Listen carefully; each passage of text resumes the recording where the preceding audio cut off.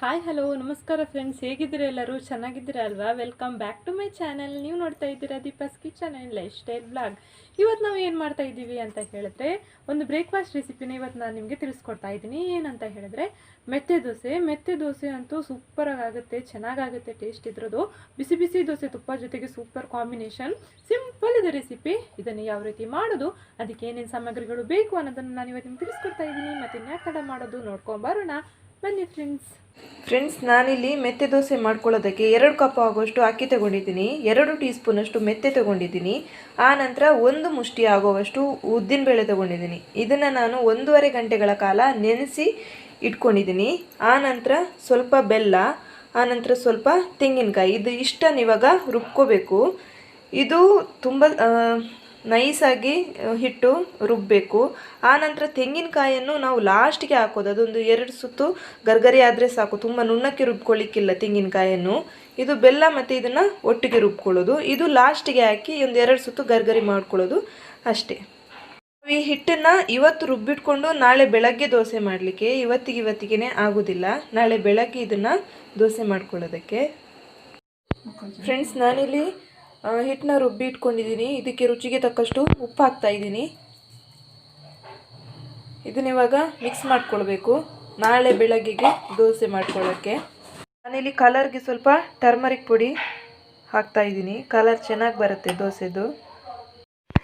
ನೋಡಿ ಫ್ರೆಂಡ್ಸ್, ಹಿಟ್ಟು ಈ ರೀತಿ ಆಗಿದೆ. ಇಷ್ಟು ದಪ್ಪ ಬೇಕು ನಮಗೆ, ತುಂಬ ತೆಳು ಮಾಡ್ಕೊಳ್ಬೇಡಿ. ಇದು ನಿನ್ನೆ ರಾತ್ರಿ ನಾವು ರುಬ್ಬಿಟ್ಕೊಂಡು ಇವತ್ತು ಬೆಳಗ್ಗೆ ದೋಸೆ ಹಾಕ್ತಾ ಇದ್ದೀವಿ. ಹಂಚು ಇಲ್ಲಿ ಬಿಸಿ ಆಗೋಕ್ಕೆ ಇಟ್ಟಿದ್ದೀನಿ. ಫ್ರೆಂಡ್ಸ್, ನಾನಿಲ್ಲಿ ದೋಸೆನ ಹಾಕೋತಾ ಇದ್ದೀನಿ.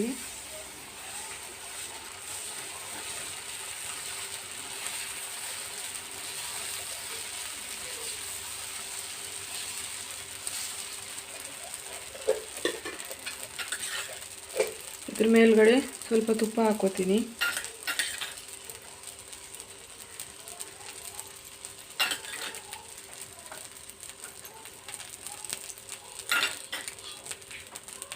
ಇವಾಗ ಆಯಿತು, ತೆಗಿತಾ ಇದ್ದೀನಿ. ನಾವು ಮೆತ್ತೆ ಹಾಕಿರೋದ್ರಿಂದ ದೋಸೆ ತುಂಬಾ ಸಾಫ್ಟ್ ಆಗುತ್ತೆ, ಮೆತ್ತಗೆ ತೆಗಿಬೇಕು ಅದನ್ನು.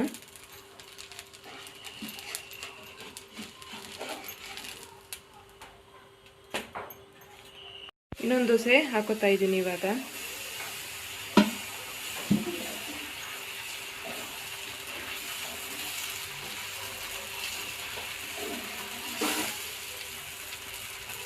ಇದ್ರ ಮೇಲ್ಗಡೆನೂ ತುಪ್ಪ ಹಾಕ್ಕೊಳ್ಬೇಕು.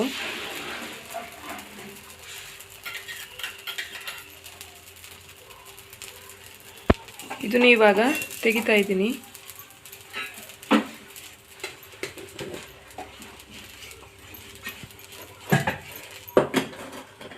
ಇದೇ ರೀತಿ ನಾನು ಎಲ್ಲ ದೋಸೆನೂ ಹಾಕೋತೀನಿ ಇವಾಗ. ನೋಡಿ ಫ್ರೆಂಡ್ಸ್, ನಾನಿಲ್ಲಿ ಎಲ್ಲ ಮೆತ್ತೆ ದೋಸೆನ ಮಾಡಿಕೊಂಡೆ. ತುಂಬ ಚೆನ್ನಾಗಿ ಬಂದಿದೆ ದೋಸೆ, ತುಂಬ ಟೇಸ್ಟಿಯಾಗಿ ಆಗುತ್ತೆ ಇದು, ಸ್ವೀಟಾಗಿ. ನಾವು ಮೆತ್ತೆ ಹಾಕಿರೋದ್ರಿಂದ ಸ್ವಲ್ಪ ಕಬ್ಬಿಣದ ಕಾವಲಿಲಿ ಮಾಡ್ಕೊಳ್ಳೋದು ಸ್ವಲ್ಪ ಕಷ್ಟ ಆಗುತ್ತೆ, ಯಾಕಂದರೆ ಮೆತ್ತೆ ಹಾಕಿರೋದ್ರಿಂದ ಅದು ಅಂಟ್ಕೊಳ್ಳುತ್ತೆ ಕಾವಲಿಗೆ. ಅದಕ್ಕೋಸ್ಕರ ನಾನು ಇವತ್ತು ನಾನ್ ಸ್ಟಿಕ್ಕಲ್ಲೇ ಮಾಡಿಕೊಂಡೆ. ತುಂಬ ಚೆನ್ನಾಗಿ ಬಂದಿದೆ, ಸಾಫ್ಟಾಗಿ ಬಂದಿದೆ ದೋಸೆ ಕೂಡ. ನೀವು ಒಂದ್ಸಲ ಟ್ರೈ ಮಾಡಿ. ನೋಡಿದ್ರಲ್ಲ ಫ್ರೆಂಡ್ಸ್, ಮೆತ್ತೆ ದೋಸೆ ನಾವು ಚೆನ್ನಾಗಿ ಮಾಡ್ಕೊಂಡ್ವಿ ಅಂತ. ತುಂಬಾ ಚೆನ್ನಾಗಾಗುತ್ತೆ, ನೀವು ಕೂಡ ಒಂದ್ಸಲ ಟ್ರೈ ಮಾಡಿ. ಎಲ್ಲರೂ ತುಂಬಾ ಇಷ್ಟಪಡ್ತೀರಾ.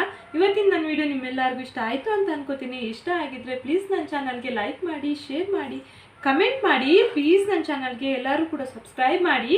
ನಾಳೆ ಇನ್ನೊಂದು ಹೊಸ ರೀತಿ ವಿಡಿಯೋಂದಿಗೆ ನಾನು ನಿಮ್ಮನ್ನು ಭೇಟಿ ಮಾಡ್ತೀನಿ. ಅಲ್ಲಿವರೆಗೂ ನಮಸ್ಕಾರ.